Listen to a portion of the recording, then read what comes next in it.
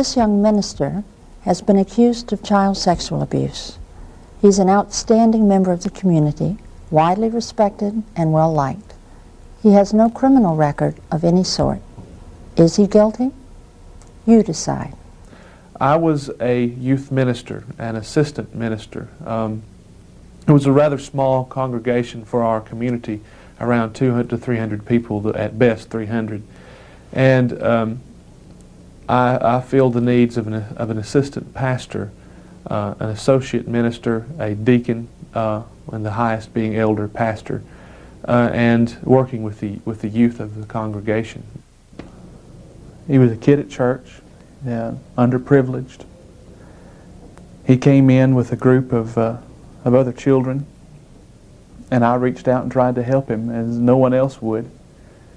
And just like the kids that normally are underprivileged, they try to take advantage of people who help them. Obviously, he has a lot of disturbances, mental problems. I think if you'll look in his records, he was even in a mental institution for 3 years before coming to church. Before being in the boys' home. He has a criminal record anyway. Yes, I think ministers are victimized by false reports.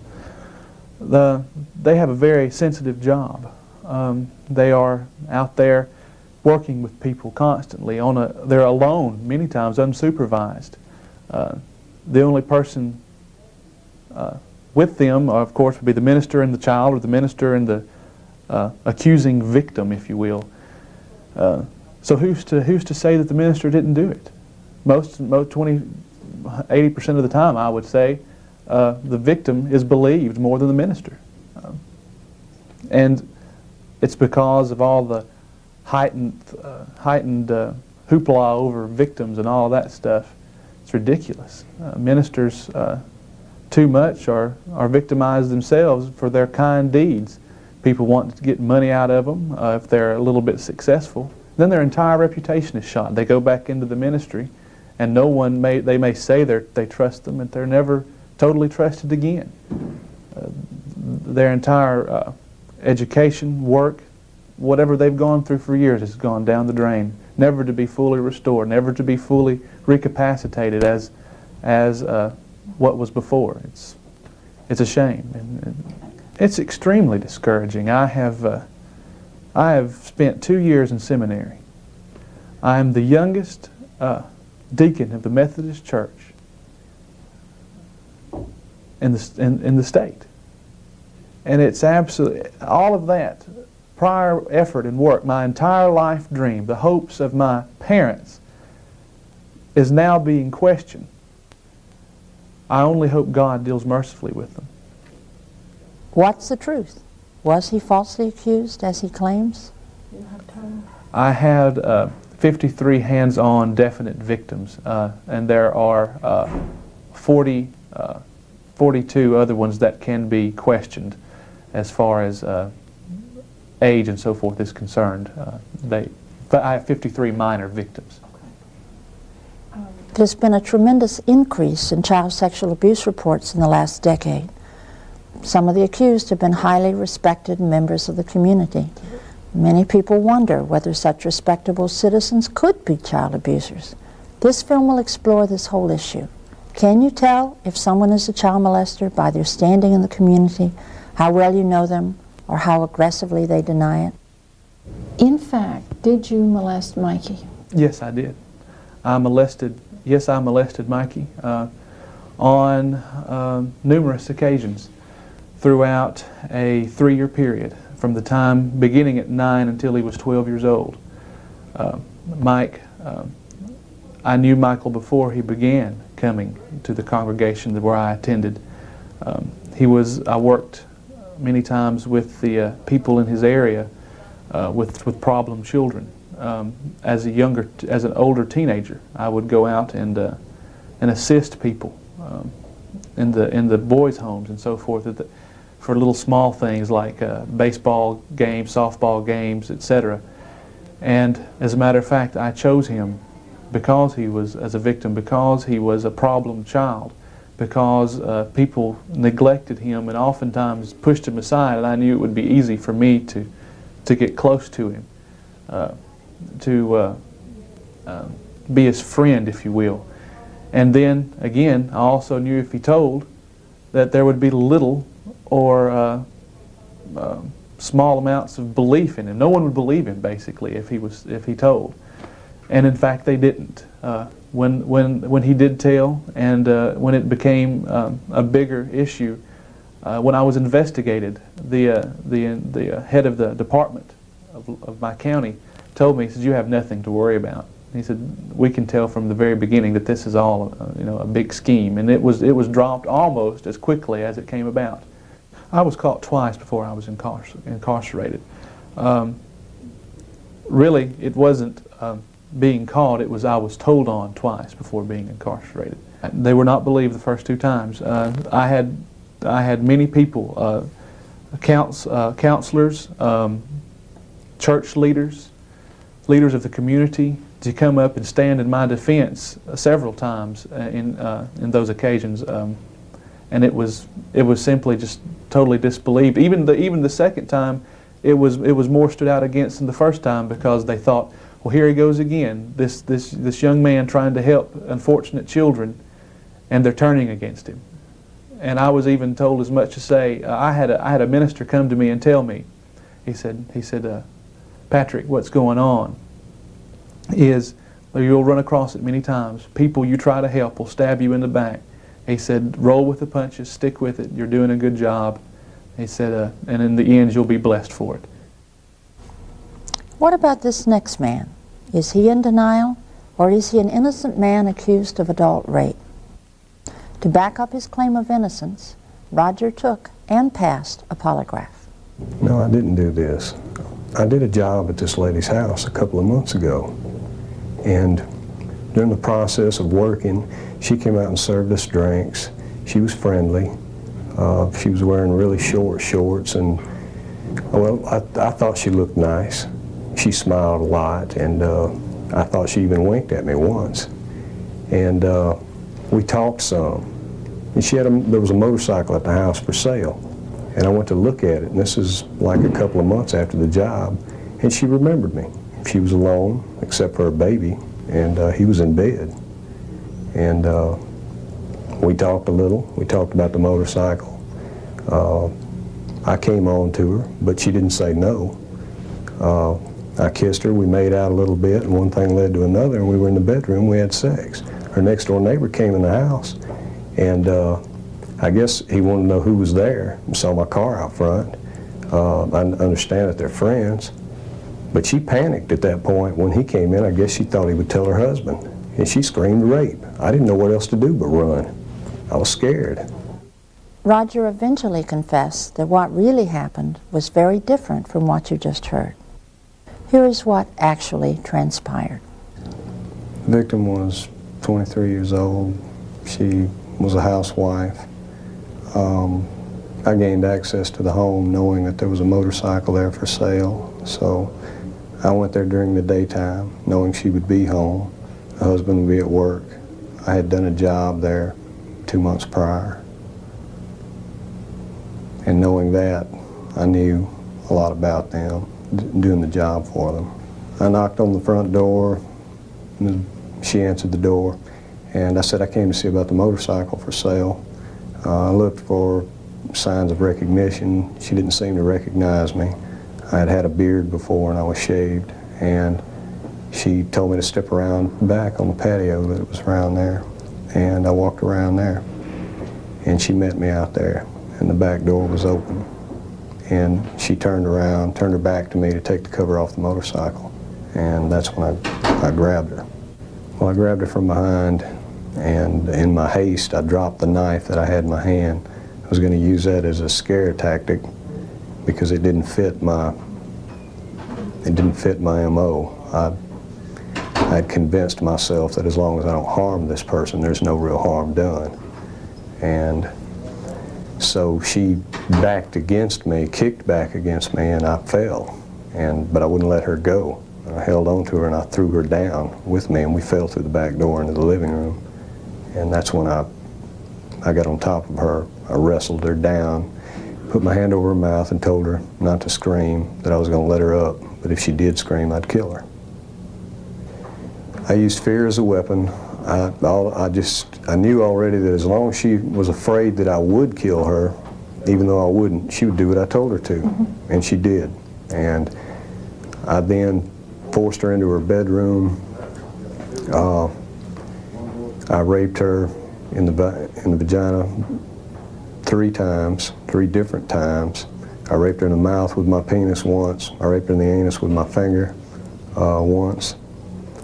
And afterward, I asked her if she had a knife, and she said yes, and she was real scared at that point. I could see that she thought I was probably going to kill her. She had a child in the house, 18-month-old boy.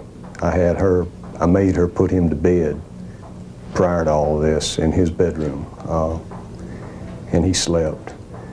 I forced her in the kitchen, made her get out the butcher knife, and she handed it to me, and I said, no, it's not for me, that's for you. I want you to stab me with that knife.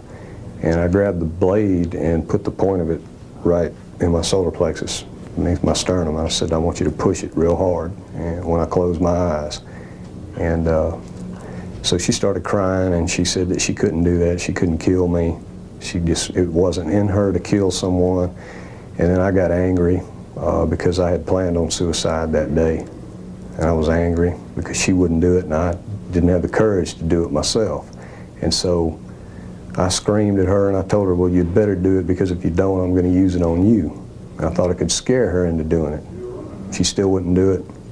Her baby started crying. She left, went and got him, came back in the room, and then I broke down and cried. I was crying for myself. I was feeling sorry for me. Wasn't even thinking about her. I would do kind and generous things for people. I would give families money that did not have any money, that was not from the church treasury. It was from my own personal bank accounts. I would support them in all the ways that I could, talk to them, encourage them.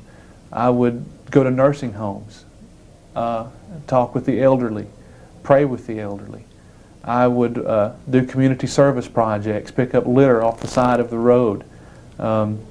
I would mow the lawns for elderly and handicapped people, go grocery shopping for them.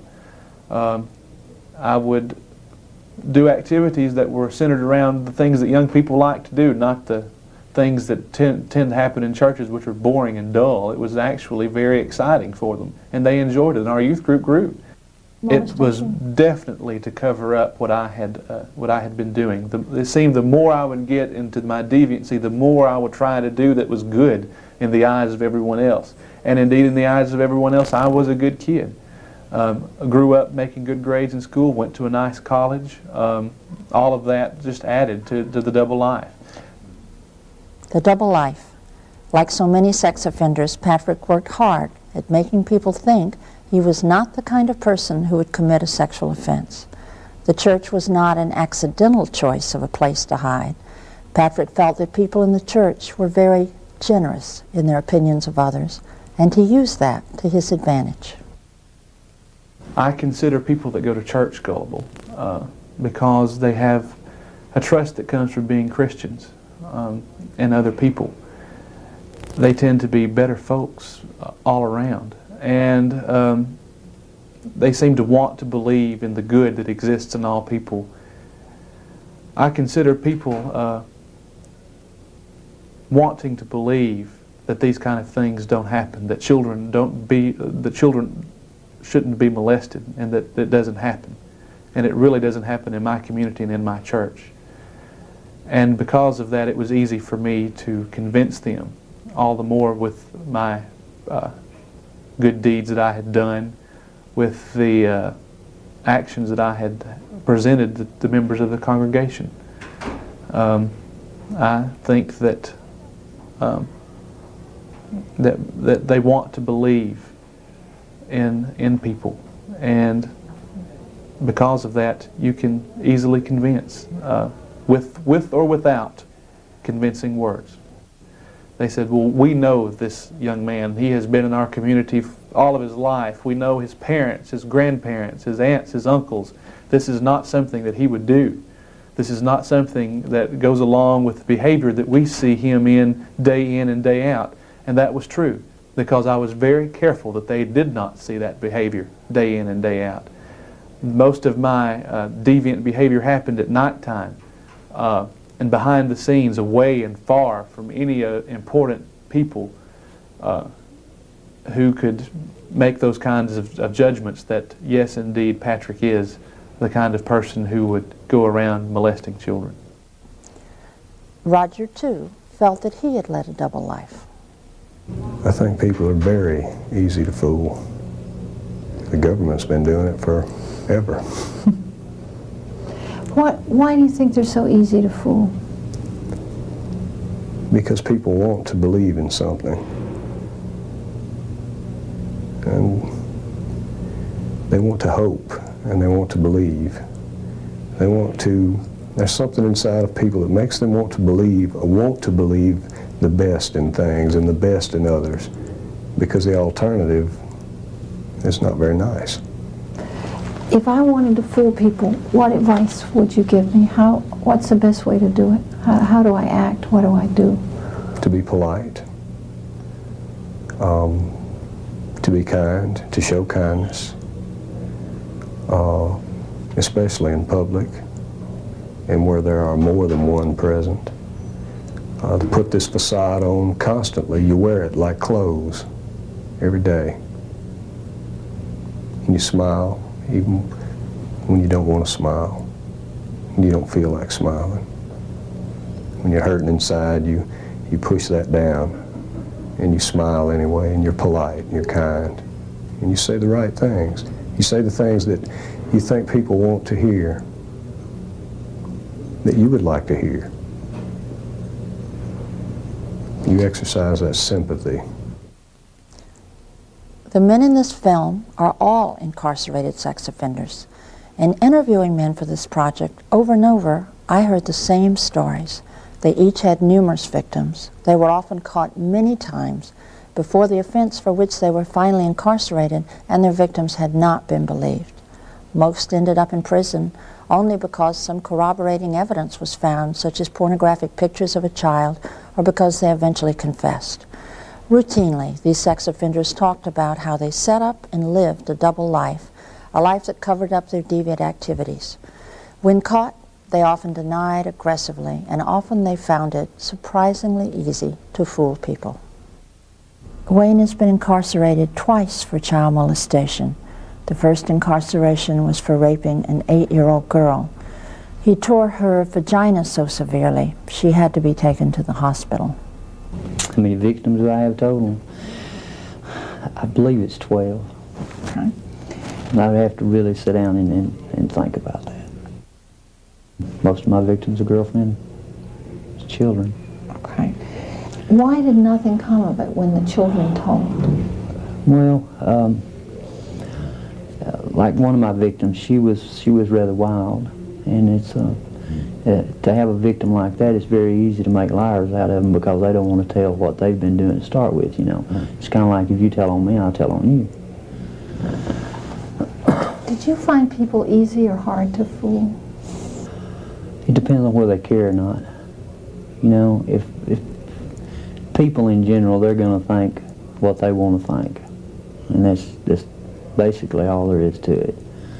I mean, if they want to think bad of you, they're going to think bad of you. If they hear something bad of you and they kind of believe it, they're going to believe it, and if they don't, they don't. And something like that, it's hard to believe. In the business I was in, you know, this guy works around children all the time. If he was molesting children, you know, there's no way he couldn't get caught. What was your business? I was night manager of a grocery store. I was in the public a lot. I led a double life. I mean, the store was, I was an entirely different person. Maybe not so much an attitude of the way I acted, but I could honestly be me. You know, I could be a productive person, and a decent person in the community. It was a place where I could say I'm a decent person. You know, when I went home, I had to face this again. You know, I'm not a decent person. I'm an indecent person. I do immoral things. And it was like, you know, and you get at work. For me, if I got at work, you know, I loved to work. I loved to stay at work because I didn't have to go back home and face my real self. When I was first asked the question. When she first asked me the question if I did molest her, then it was like electricity run through my body. You know, it's like being really, I just really got nervous. So basically it was to get over the nervousness, because that's the first telltale sign, you know, is being really nervous and perspiring and such as that. Quiver as my voice is right now, it wouldn't be, you know, I would have worked through that already. It was basically, you know, if the guy really didn't care, it was kind of like an adult conversation, you know, like, you know, come on, guy, you know I'm not going to do anything like that. You know me, if I was talking to somebody I knew. And I would use my job, you know. Look, I've been around children all my life, you know. If I was going to molest a child, don't you think I'd pick a child outside my home and not have it in my home with me all the time? How do I fool people? It's a hard one. You know, I guess I don't really know how to fool them. Just stare them straight in the eye and just tell them, just answer their questions when they ask you. Basically, it's not to be nervous and to look someone in the eye. If you can get to grasp to look someone in the eye, because that's, you know, that's something that's driven in your head all your life. If somebody looks in your eye, you know they're telling you the truth. So if you can stare someone in the eye and tell them a lie, they're going to say, well, you know, the guy didn't even blink, he didn't look away, he's pretty straight here. Plus, you know, he's pretty good in the community. He's worked at this store 12, 15 years, or he's worked at his business 12, 15 years, and, you know, basically if you can stay calm and look whoever it is in the eye, and especially if the mother of the victim or the victim there, if the victim is anywhere that you can look at her and make her nervous, or him, whichever one it might be, the more nervous that you make them, the more it makes it seem like they're lying. If they're around, you know, most of the time they're not. Just a simple look to a child is traumatizing.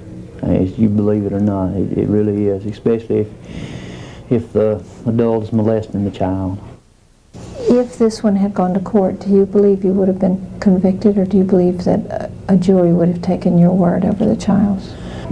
In my mind, I probably would think that I would have gotten away with it, because I could sit there, and if she was in the courtroom, which sometimes they do, you know, they do bring them in sometimes, and sometimes they don't.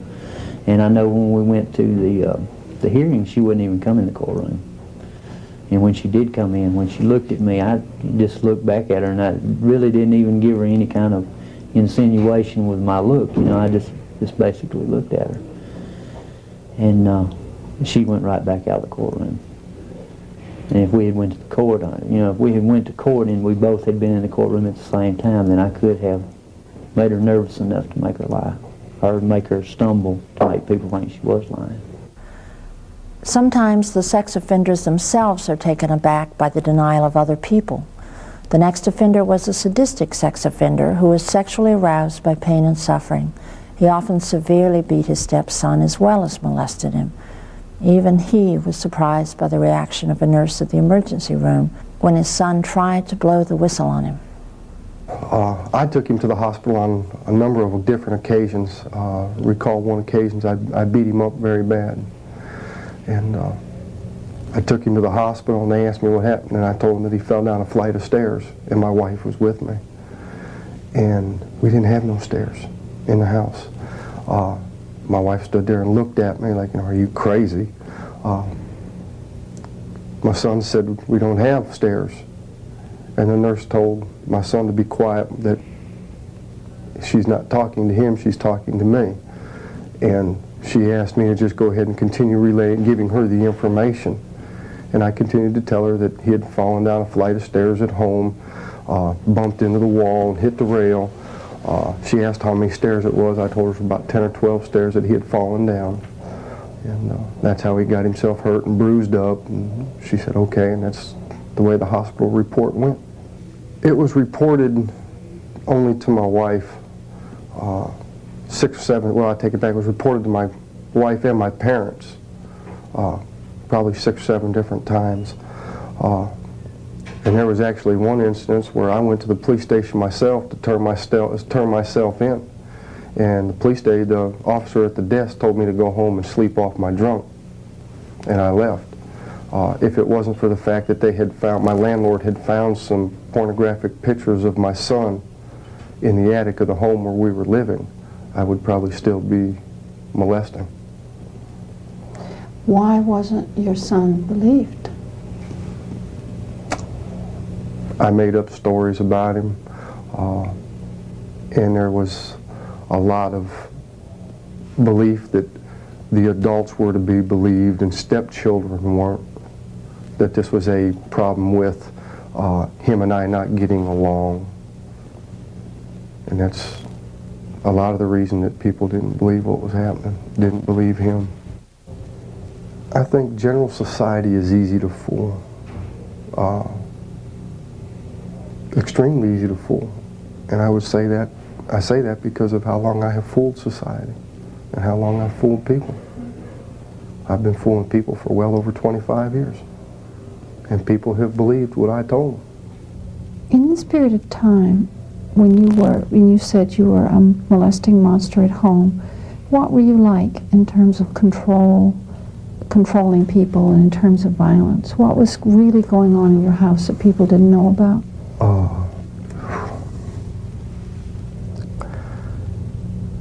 What people didn't know about going on in my home was a lot of extreme violence. Beating my son up, beating my wife up. If my wife wouldn't have sex with me when I wanted it, or how I wanted it, I would beat her up and then rape her after I'd beat her.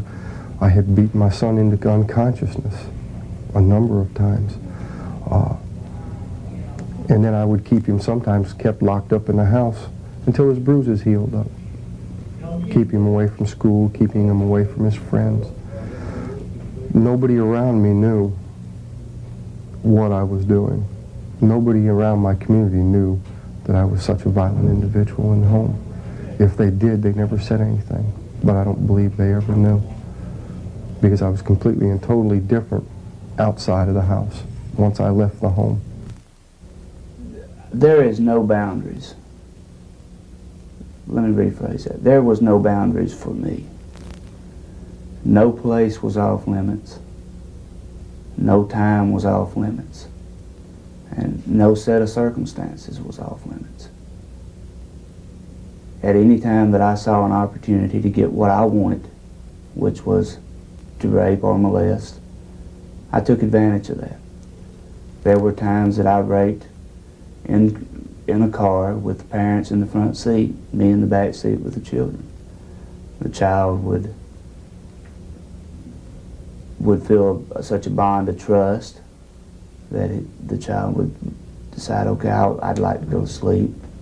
I'd manipulate the child and lay him across the seat and molest the child with my hand on his penis, by forcing my hand on his penis while the parents were in the front seat. There were other times that I molested and raped while at work, where I simply manipulated the child into coming into my office, and I just very simply locked the door and proceeded to do what I wanted to do, which was to rape the child. My nephew, I raped him for a period of 9 years. Raped and molested him for a period of over 9 years. And very few cases did I rape him in which no one was in the house. I have 11 male rape victims. I have one female rape victim. And I have approximately 1,250 male molest victims. There is a myth in this culture, and a powerful one, that people can tell if other people are lying by the way they act. Liars, people think, act nervous. They can't look people in the eye. Sex offenders know better. They make it their business to trade on other people's myths. They look people in the eye. They use fluid hand gestures. They deny vigorously and aggressively. And what's more, they often do kind and generous things for others as a cover for their deviant activities. There were many children these people in this film molested who reported them, but they were simply not believed. We will never deal effectively with the problem of sexual aggression if we do not first find, examine, and deal with the myths we use to make ourselves feel safe.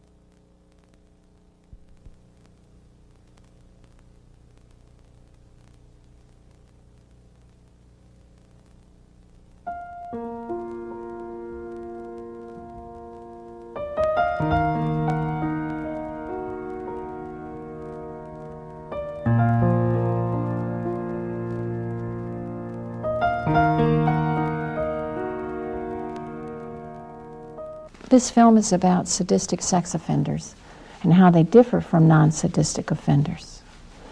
It explores how such sex offenders behave, how they think, what drives them, and what thinking errors they make. Let's start by looking first at non-sadistic offenders. This man is a 33-year-old pedophile with an 18-year history of molesting children.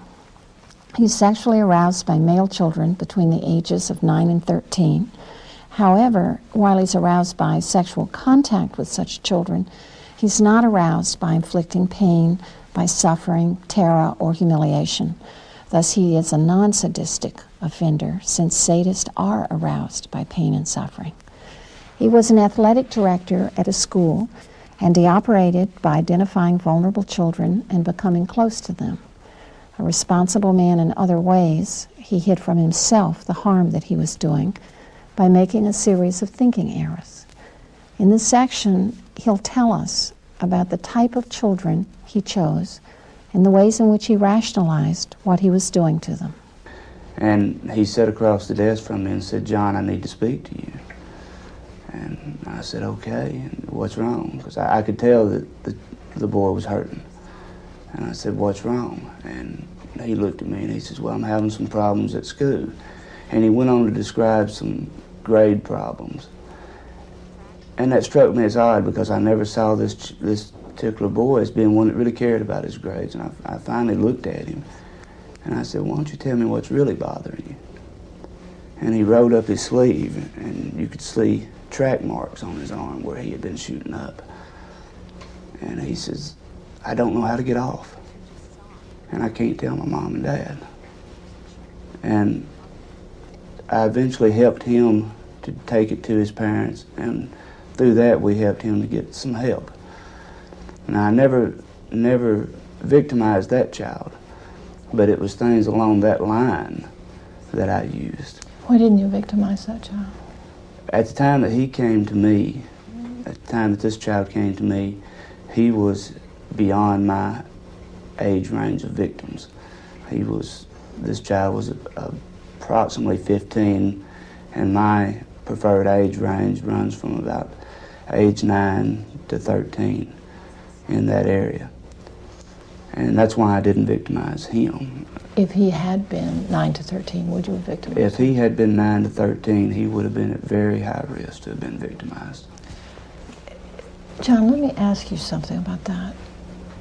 There's a betrayal of trust in that is routine if you're molesting kids, but hard for an outside person to really understand, how did you betray trust like that? Do you know what I'm asking? Did it bother you? Did you tell yourself it didn't matter? How? Yeah, I believe I know what you're asking. Yeah. I was not bothered by betraying that trust. The reason I was not bothered by betraying trust, I think now, and looking back at it, is I didn't see myself as betraying the trust. I was raped and molested myself as a child. And my family is not a very loving family. And I saw the rape and molest that I was being put through as being the only love that I ever received. When my brother raped and molested me, he was showing me love. That was my irrational thinking. So as I grew older, I portrayed that same irrational thinking onto my victims. I'm showing them love. And through that, I didn't see myself as betraying trust. I'm only showing them love. Yeah, I definitely projected my arousal onto my victims. My thinking was that I'm enjoying this, and then they're enjoying this.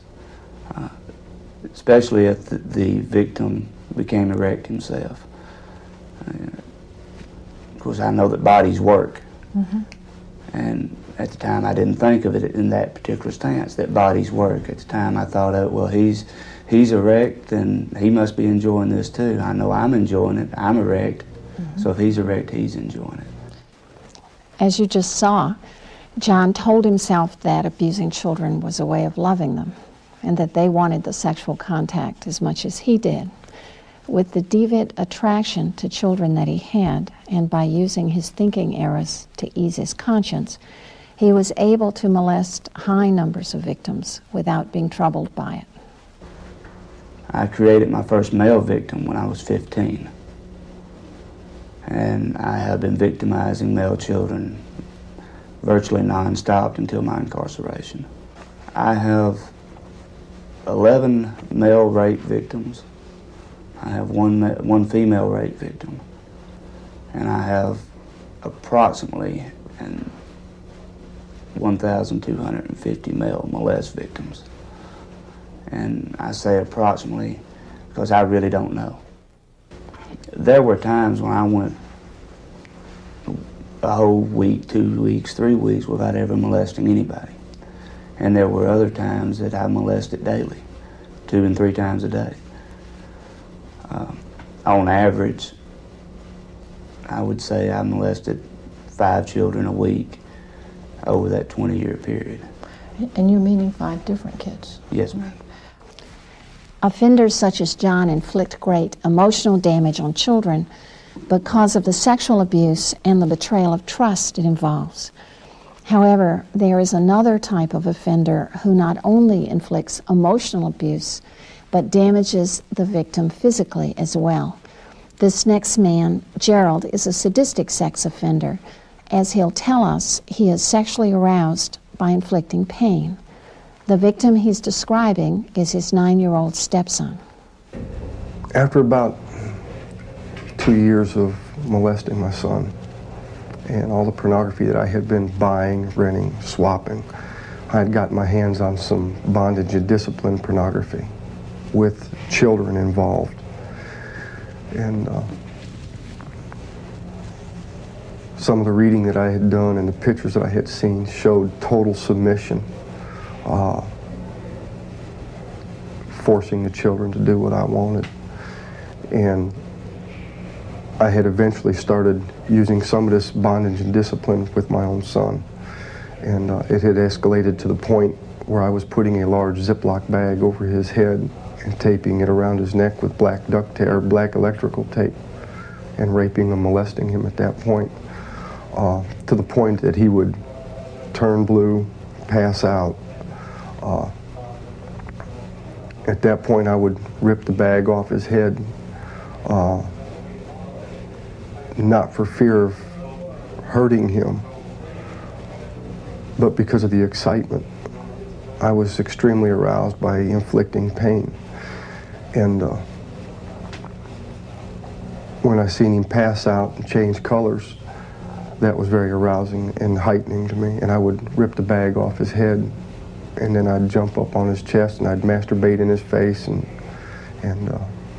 make him suck my penis while he was, as he started to come back awake. While he was coughing and choking, I would rape him in the mouth. I used the same sadistic styled act of the plastic bag and the tape 2-3 times a week, and that went on for, I'd say, a little over a year. If I hadn't been arrested when I was, my stepson would be dead. I would have killed him. I had been fantasizing about killing a victim during the course of rape or molest about 5 or 6 months, all during the course of the molestation of my stepson when I was using the Ziploc, the plastic bag over his head. I had fantasized and thought about killing him, letting him go ahead and suffocate during the process of the molestation.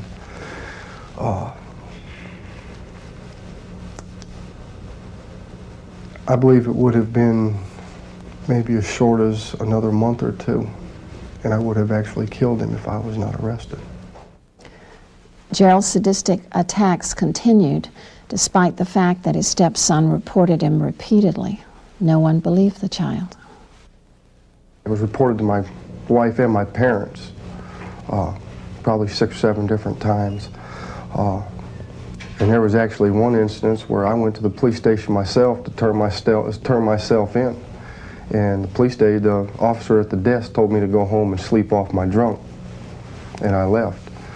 If it wasn't for the fact that my landlord had found some pornographic pictures of my son in the attic of the home where we were living, I would probably still be molesting.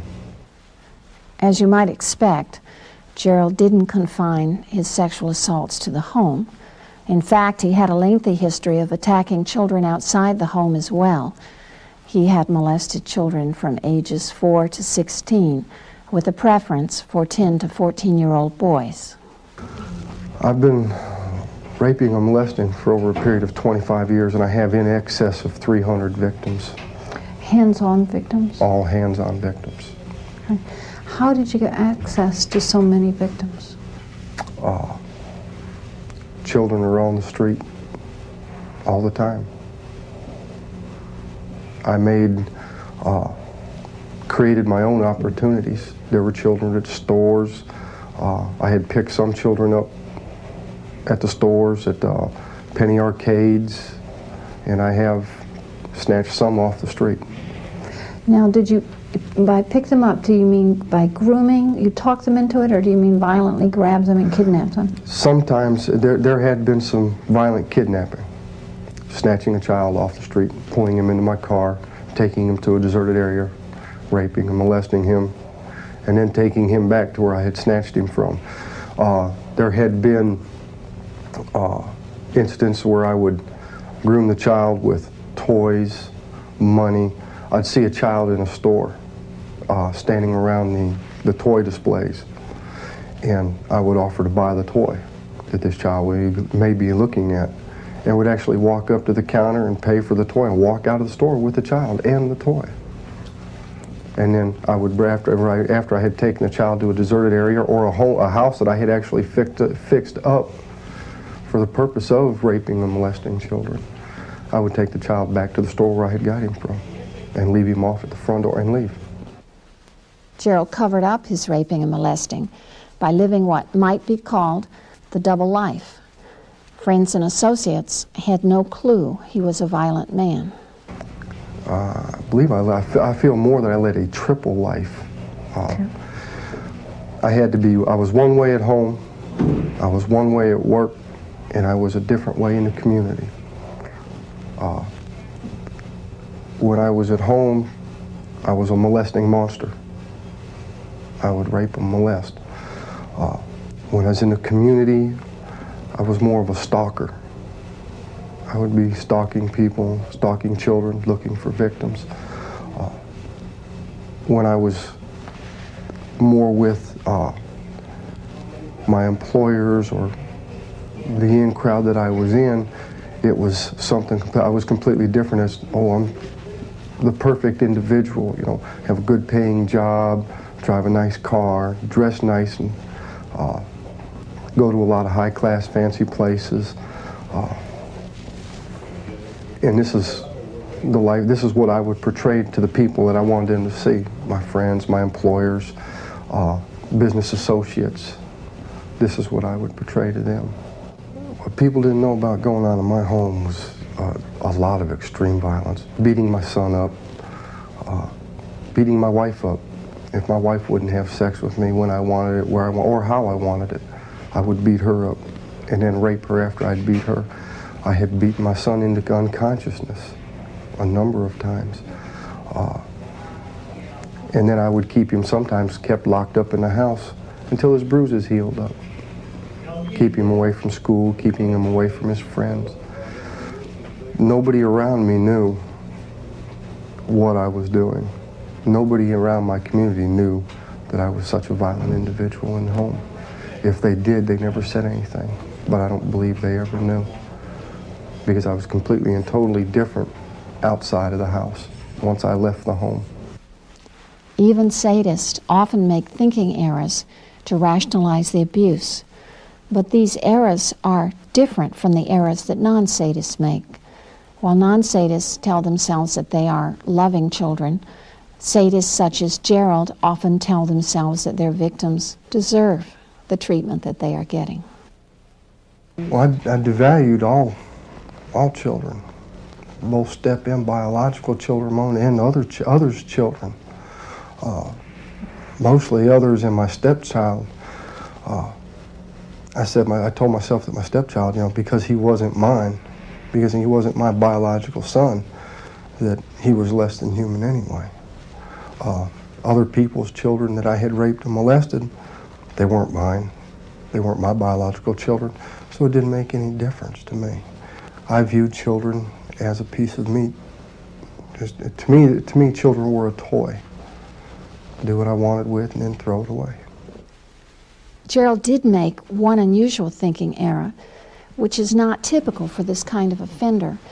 Even though he knew the children he was attacking were suffering and he wanted them to suffer because suffering was sexually arousing to him, he still managed to find a way eventually to maintain almost a dual kind of awareness.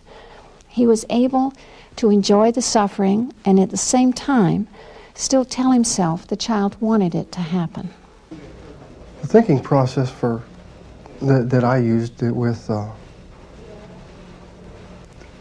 pain and how arousing I found it was if a child was screaming, I would tell myself that, you know, the child's not really hurting, because I know in all reality I know I was hurting the child. But the only way that I could continue the act was to tell myself that I wasn't hurting the child. I really wasn't hurting him or her. And I found the more I told myself that, the more I believed it. And then I found that if the child tried to pull away or would scream, holler, cry, and all my lying to myself would enhance that and make it more arousing to me. And the pain, the aspect of inflicting pain was extremely arousing. It was something that had taken time to build up. It didn't just happen. It took time to build that up. And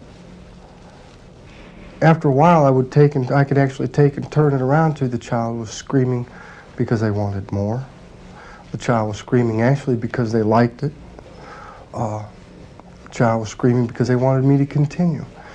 And it's all turning it around and saying that well, the tears really aren't real for hurt. The screaming isn't really because of pain. It's that the person actually wants this to happen. And that's how I was turning it around. And I had told myself this so many times that I believed it. Now, did you do that at the time, or did you rework it in your mind later? When I first found that I was really aroused to inflicting pain, I didn't have to work. I didn't have that line of thinking right then.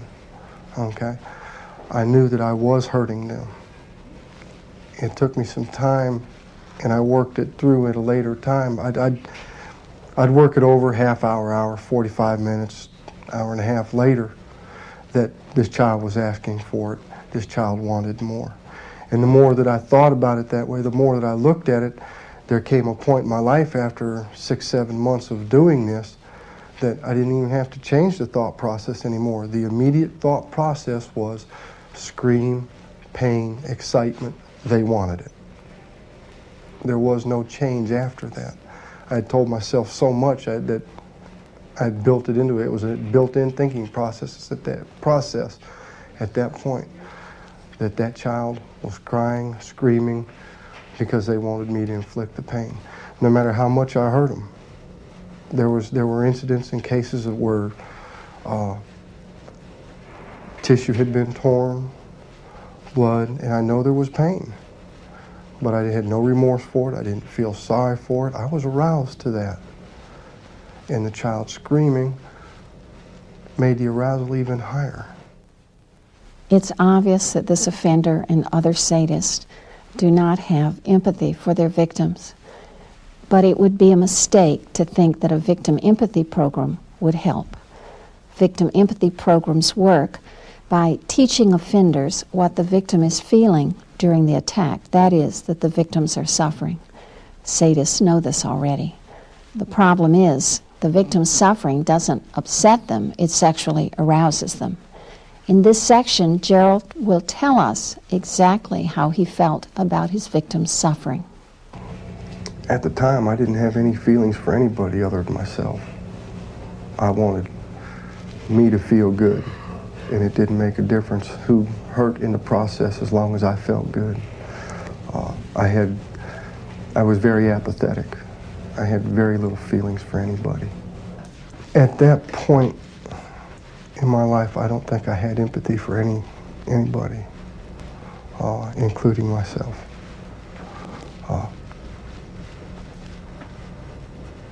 I'm not even sure I knew what empathy was at that point. I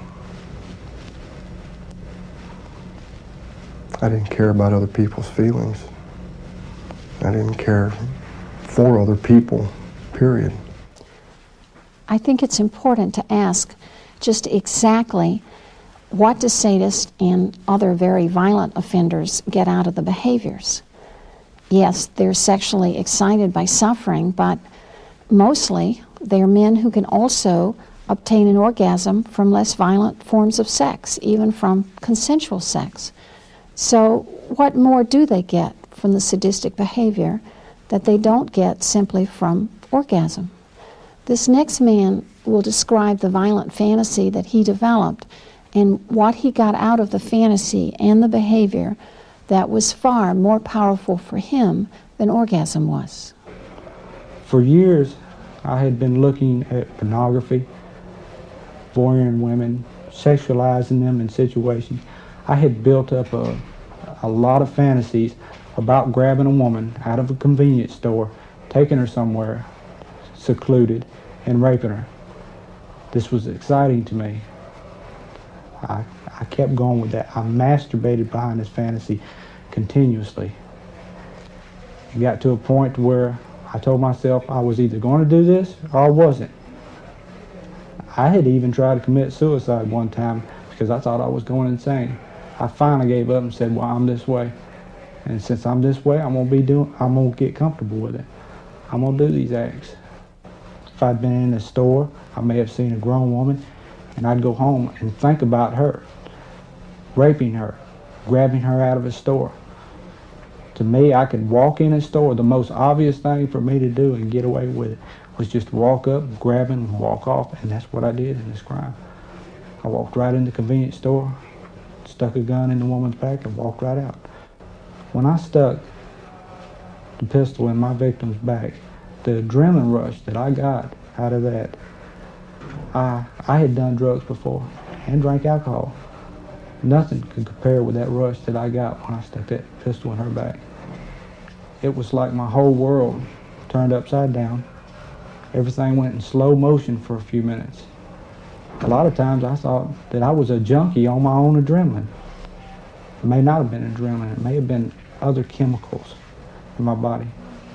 But I learned how to tap into those things by using my own fear, other people's fear, and a lot of it came with the deviant behavior. That's the only way I could tap into it. And I wanted that high. The high I got during that crime surprised me. When I stuck that pistol in her back, I almost passed out. The rush was so intense. And it scared me, because I had already pulled a gun on this woman and stuck it in her back. And for me to pass out, it scared me, you know. I hadn't anticipated that, not at all. I thought I would get a high, but not that like that. It's fair, I think, to raise the question of whether what this man and other violent offenders describe as a high is in fact some sort of internal drug addiction, whereby they learn how to trigger internal chemicals through violent fantasies and behavior. That has certainly not been proven. But whatever the nature of the high they describe, it's clear that as time goes on, the degree of violence it takes to produce this high often escalates. Killing my victim would have been the next high for me. The progress of my deviant behavior was highs. I went from one to another. It was an adrenaline rush for me. I wanted that rush. I had to have it. That's what my thinking was. And the night I committed my crime, when I stuck that pistol in my victim's back, I got a rush like I'd never gotten before. After that, everything had went downhill for me. I was feeling worse about it. Sometimes I question if I would have continued. After that, I thought the rape may not be anything, you know. But I thought if I killed my victim, now that would be a real high. Gerald, too, describes a violent high. I'd have to say I did get a high out of violent behavior. I got a high out of any controlling, dominating situation. Any situation that I was able to control, right? I got a high out of. I had like an adrenaline rush. I felt powerful, in charge, where in consensual sexual relationship, sure, orgasm was achieved, ejaculation was achieved, and then it's over. But the feeling of power and control it would last a lot longer. It was always there. And it's something I knew that I could achieve at any given point, any time. I knew what I had to do. All I had to do was control somebody or dominate, and that high was there. The high from sadistic acts is different. It's more extreme. It was more extreme. It seemed to me that committing a sadistic act and having sex involved in that sadistic act just heightened everything more. The feelings, the orgasm, the ejaculation, it seemed to heighten it even more. The world of sex offenders doesn't consist simply of non-sadistic child molesters and sadistic offenders who may target adults or children. There are many different types of offenders. For example, power and control rapists, anger rapists, and simply criminals who see no difference between the VCRs they steal and the people they assault. This film isn't attempting to describe all of them. But there is one other type of offender we will look at. Psychopathic offenders may be rapists, child molesters, sadists, or any type of sex offender. They may not even be sex offenders, but engage in other forms of criminal or exploitive behavior instead. The hallmark of psychopathy is that the person doesn't have a problem in one area, such as sex, but has a pervasive lack of responsibility as well as a lack of attachment to other people.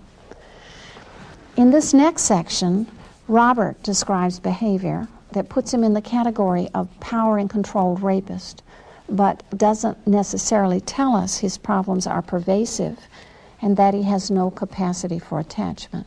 That will come later. Yeah, it was power and control. I was grooming her from the age of, it started at about the age of 1. When I was the punisher, I was the one who decided punishment over the children. I was the one who spanked the children. I was the one who punished the children. And if I seen the children doing anything wrong, even bickering and arguing amongst themselves, I would whip them and tell them, you know, just kids playing. I would tell myself, well, she's not going to be like that.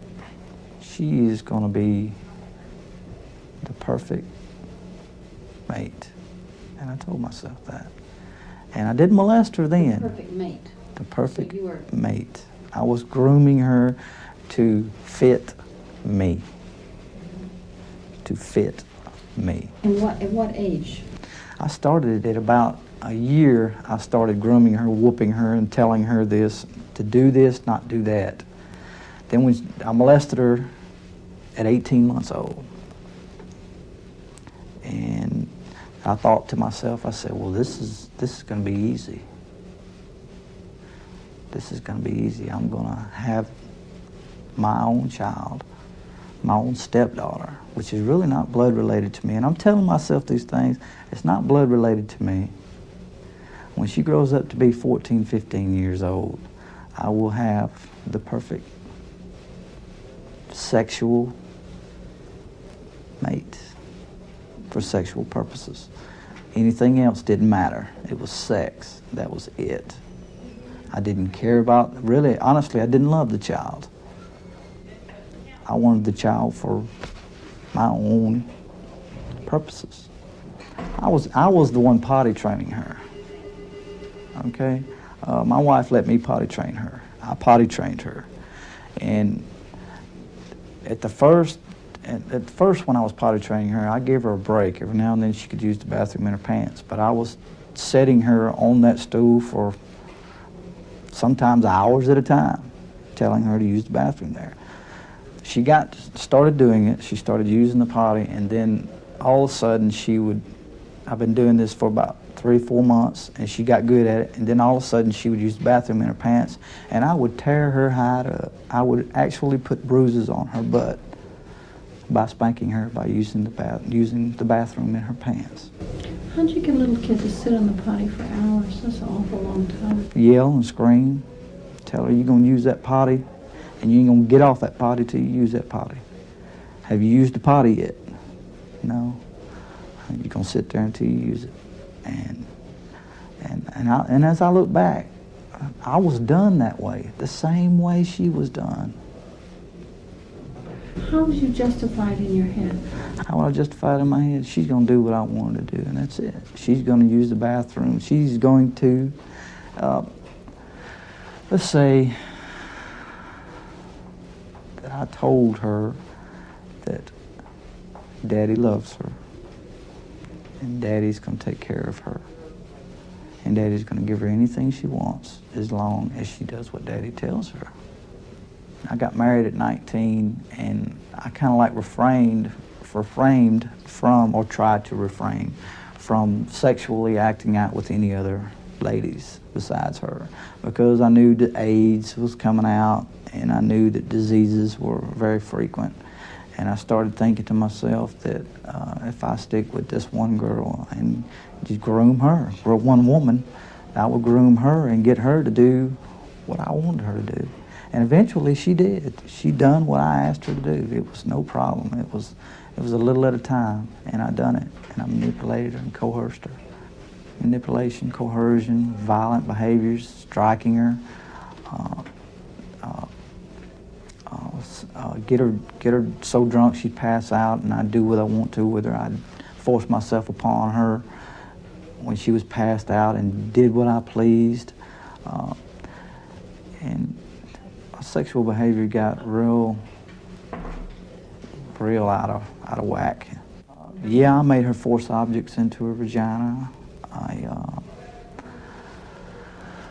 made her, forced her into watching pornographic material and stating that I wanted to do that certain thing to her. I wanted to have sex with her constantly. This was every day, 3 or 4 times. I would get it, want it as many times in a day as I could get it. And I have got it up to 6 times in one day. And still I did not have enough. I wanted more. It was like a fix. I wanted it, and I did anything I could to get it. And how many victims did you have total? I have a total of 24 now, and I'm looking to see if I have any more. And were these, you said these were all kids except 2?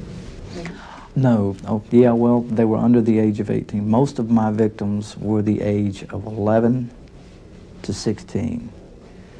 And how did you get control of them? Was it through force and control and violence? It was manipulate. No, it wasn't violence. It was more like manipulation. It was coercion.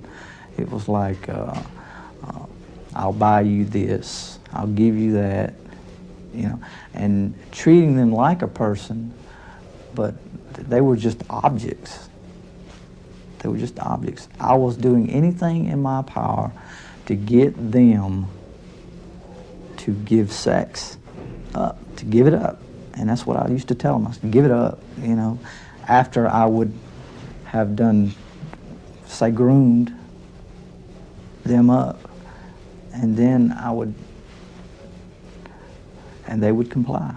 I would buy them beer, get them drunk, get them high, get them, any way that I could manipulate a woman or a girl, a child, into having sex, I would do it. In this section, you will see the lack of attachment to anyone that suggests Robert is not only a power and control sex offender, he is quite psychopathic as well. The best way to fool people is to help them, is to ask what they want, ask what they need. Do they need any help doing anything? Do they need any money, or do they need their car fixed? Do they need the grass cut? Do they need their children looked out for?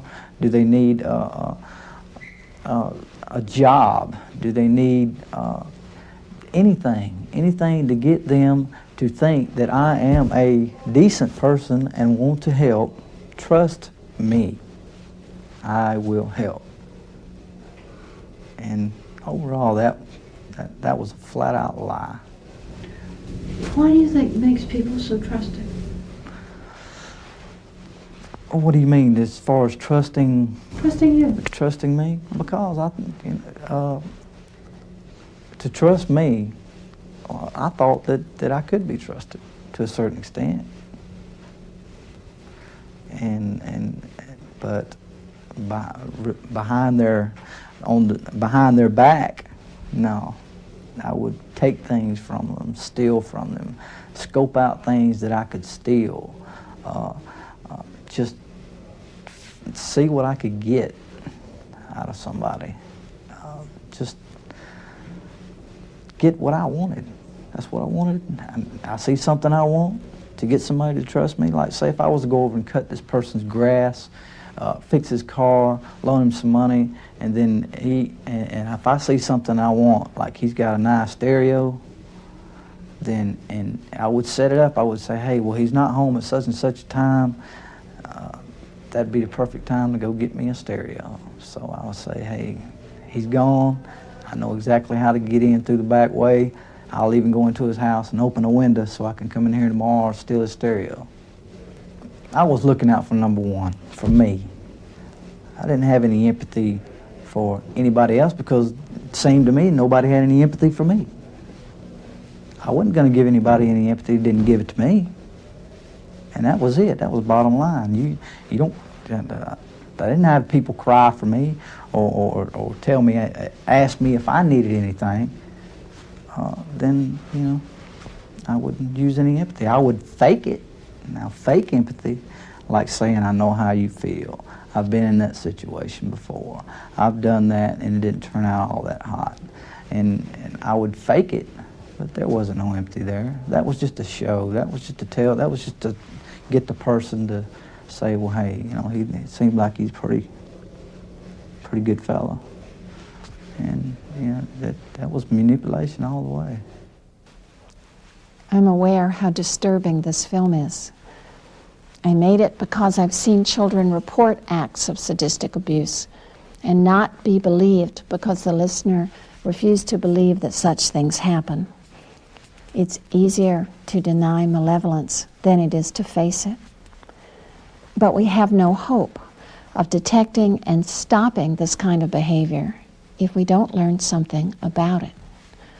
I made this film in the hopes that the next victim won't report 6 or 7 times as Gerald's victim did and still not be believed. If it wasn't for the fact that they had found, my landlord had found some pornographic pictures of my son in the attic of the home where we were living, I would probably still be molesting.